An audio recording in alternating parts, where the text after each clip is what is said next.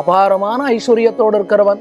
பிராணன் போறப்ப பக்கத்துல யாரும் கிடையாது. கைகேயி, நீ பண்ணின காரியத்தினால குழந்தைய காட்டுக்கு அனுப்பிச்சேனே, நான் என்ன பண்ணுவேன் அப்படின்னு கதறின ராஜா தசரதன் பிராணனை விட்டான்.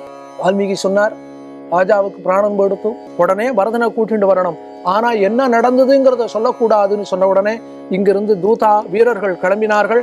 நேராக கேகய நாட்டுக்கு போறான். அதே சமயம் கேகய நாட்டுல பரதன் ஆயார் தகப்பனாரே நினைச்சுட்டு இருக்கான். அங்கிருந்து வேகமா கிளம்பினான் பரதன்.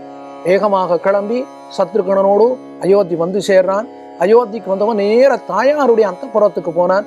அம்மானு பரதன் உள்ள வந்தான். வா குழந்தை பரதா, எப்படா வந்த? இப்பதான் வந்திருக்கியா? சௌரியமா வந்தியா? பிரயாணம் சௌரியமா இருந்ததா? கேகே நாட்டுல எல்லாரும் சௌரியமா இருக்காளா? பிரயாணத்துல உனக்கு ஆகாரங்கள் எல்லாம் நன்னா கிடைச்சதா? தாத்தா சௌக்கியமா இருக்காரா?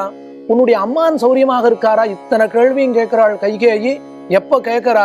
அவளுடைய கணவன், அவளுடைய புருஷன், அவளுடைய பர்த்தா தசரதன் உயிர் போயிருக்கு. இன்னும் அது சடலமாகவே அந்த பிரேதத்துக்கு சம்ஸ்காரம் கூட இன்னும் பண்ணலை. அந்த நிலைமையில கைகேயி பரதனை பார்த்து ரொம்ப ஆனந்தமா பேசினா. அப்பதான் கேட்டான், என்ன அப்பா படுத்துட்டு இருப்பாரு அந்த கட்டில் சூன்யமா இருக்கே, என்ன ஆச்சுன்னா?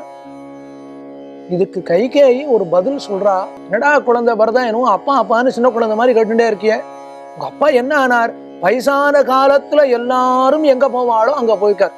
அப்பா உயிரை விட்டுட்டார்னு சொல்ல வேண்டியவள், பர்த்தா உயிரை விட்டுட்டான்னு சொல்ல வேண்டிய ஒரு பத்தினி, புருஷன் உயிரை விட்டுட்டான்னு சொல்ல வேண்டிய மனைவி, அவ என்னவோ தசரதன் அமெரிக்கன் டூரிஸ்டர் பேக் எடுத்துட்டு இங்க இருந்து கலிபோர்னியா போயிருக்கிற மாதிரி சொல்றான். அந்த கடைசி காலம் வந்தா எல்லாரும் எங்கே செல்வார்களோ அங்கதான் உங்க அப்பா போனார் அப்படின்னு அர்த்தம். உங்க அப்பா உயிரை விட்டுட்டாருன்னா, உயிரை விட்டார்னு சொன்ன உடனே கீழே விழுந்தான், துடிச்சுட்டான் பரதன்.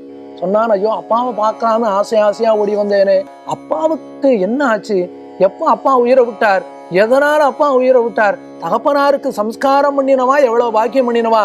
சரி, தகப்பனார் இல்லாத காலத்துல மூத்த பிள்ளை ராமன் தானே எனக்கு தகப்பனார். இனிமே இந்த க்ஷணமே ராமனை போய் பார்க்க போறேன். சரி அம்மா, அப்பா கடைசி காலத்துல என்ன சொன்னார்? அதாவது சொன்னாரா? கைகேயி சொன்னா, டேய் அந்த கிழவனுக்கு உன்னோட ஞாபகமே இல்லடா, பரதன்னு ஒரு வார்த்தை கூட சொல்லலை. அப்படியா?